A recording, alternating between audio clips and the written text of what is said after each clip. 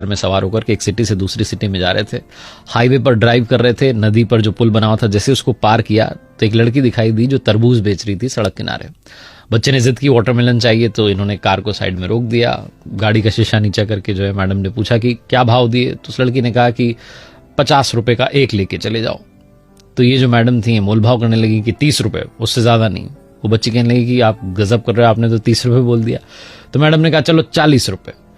तो उस बच्चे ने कहा अरे 40 का तो हमें ही पड़ा है, 45 का मैं आपको दे सकती हूँ। ये भाई साहब जो थे, पति जो थे, मुस्कुरा रहे थे कि क्या ये जिद बहस कर रही है इतनी छोटी सी बात पर। और जो मैडम थी वो मोल भाव में लगी हुई थी। तभी वो जो लड़की थी वो तरबूज लेकर के इनकी जो कार थी उसके पास में आ गई, और जो बच्चा था वो खिड़की से बाहर देख रहा था। तो मैडम थी, उन्होंने एक और इमोशनल दाव खेला। उन्होंने कहा कि अपने छोटे भाई के लिए दे जाओ 40 रुपए में। तो उस बच्चे ने कहा अरे वाह कितना प्यारा बच्चा है, क्या नाम है इसका। तो उस बच्चे ने बताया मेरा नाम गोलू है। कहने लगी वाह तुम तो सच में गोल मटोलो। और तब जो है उसने वो तरबूज उसके बच्चे के हाथ में रखना चाहा, तो वो जल्दबाजी में छोटा बच्चा कहां संभाल पाता, वो नीचे गिर गया। 5 किलो करीब का तो तरबूज रहा होगा, उसके 3-4 टुकड़े हो गए। बच्चा रोने लगा कि मेरा तरबूज गिर गया। तो बच्चे ने कहने लगे अरे मेरे भैया नाराज क्यों होता है, मैं दूसरा लेके आती हूँ। फटाफट से दूसरा लेकर के आ गई। अब ये मैडम ताव में इनको लगा कि 2-2 के पैसे लेगी।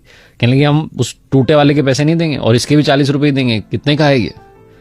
उस बच्ची ने कहा, जो लड़की बेच रही थी तरबूज की, मुझे तो आंटी जी कुछ चाहिए ही नहीं, मैं तो अपने छोटे भैया के लिए लेकर आई हूं, मेरी ओर से तोहफा है इसके लिए। तो कहने लगी नहीं तुम पैसे तो लो। जो पतिदेव थे भी मुस्कुरा कर कहने लगे कि अरे तुम 100 रुपए लो दोनों तरबूज के, टेंशन ना लो। उस बच्चे ने कहा नहीं मैं अब पैसे नहीं लूंगी, आपने कहा ना मेरा भैया है, भैया से पैसे थोड़ा ना लेते हैं। तो ये जो मैडम थे उन्होंने कहा कि अरे ये तो मैंने ऐसे ही कह दिया था, तुम पैसे ले लो। उस छोटी सी लड़की ने जीवन का सार कहा। उसने कहा कि मेरी माँ कहती है कि रिश्तों में नफा नुकसान नहीं देखा जाता, पहला वाला टूट गया कोई बात नहीं, दूसरा वाला इसके लिए मेरी ओर से गिफ्ट है, तोहफा है, आप लेके चले जाओ।